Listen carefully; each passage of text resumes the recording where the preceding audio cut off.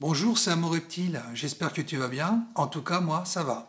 Alors aujourd'hui, je vais te présenter la rampe que j'ai commandée récemment et on va en voir toutes les caractéristiques techniques. C'est parti pour l'unboxing, donc on va commencer par déballer le carton pour voir ce qu'il y a à l'intérieur.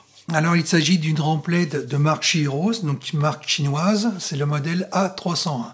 Donc tout de suite, on passe au déballage pour voir ce que contient le carton. Donc il y a un tronçon d'alimentation en 12 volts. On trouve également dans le carton un cordon d'alimentation qui permet de relier le tronçon à la rampe pour l'alimentation électrique et avec les petites fixations en plastique, enfin en plexiglas plus exactement.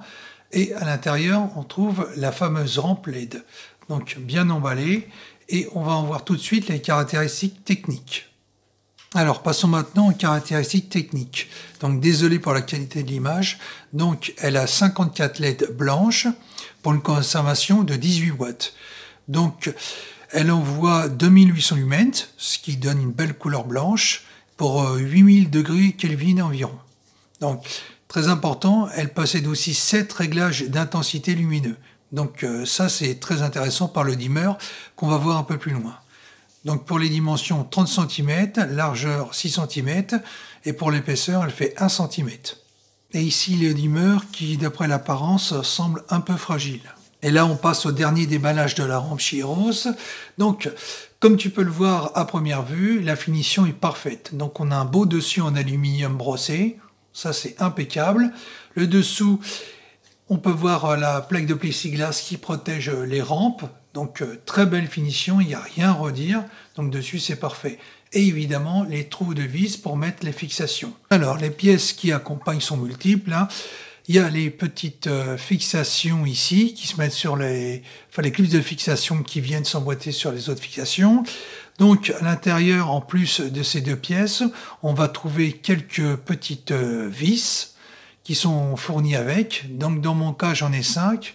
Bon, il en faut 4 précisément, mais c'est bien d'en avoir un peu plus parce que ce type de vis est très petite, donc c'est pas évident de retrouver le même type de gabarit. Ensuite, il faudra un tournevis ou même plusieurs tournevis, si vous en avez, mais un seul suffit.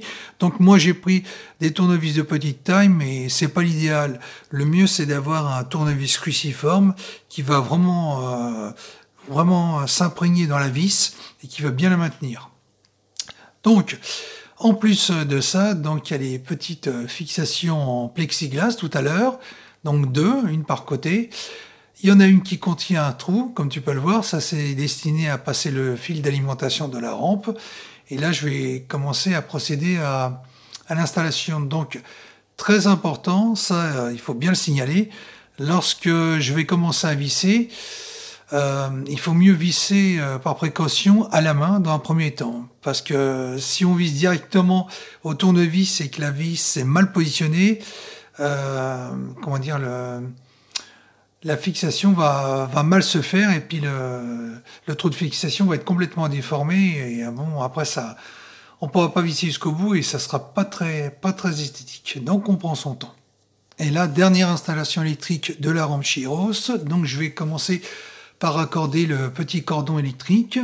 Donc je commence par le brancher sur la rampe Chiros en question. Donc il y a un petit bouchon qu'il faut serrer jusqu'au bout. Donc pas serrer trop fort pour éviter de le casser.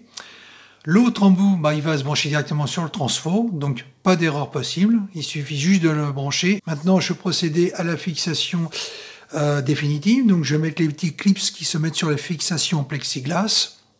Donc, elles peuvent se mettre d'un côté ou de l'autre. Donc ça, c'est à toi de voir en fonction de ton aquarium. Donc, très important, il faut vraiment y aller doucement, comme je disais. Sinon, ça peut très vite casser. Un petit coup de chiffon doux pour enlever les traces de doigts, mais pas de sopalin. Maintenant, je vais allumer et on va voir ce que ça donne. Oh, super!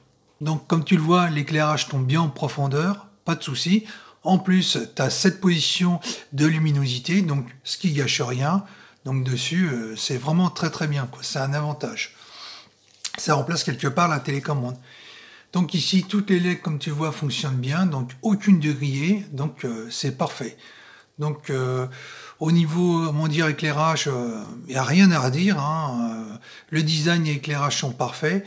Donc pour ce type de prix, c'est vraiment très correct par rapport à d'autres LED remplètes qui sont très chères. Donc je l'ai payé 40,90 € et avec les frais de port, ça fait moins de 50 €. Donc c'est bien, c'est un bon rapport qualité-prix. Donc si tu veux le commander, les liens sont dans la description.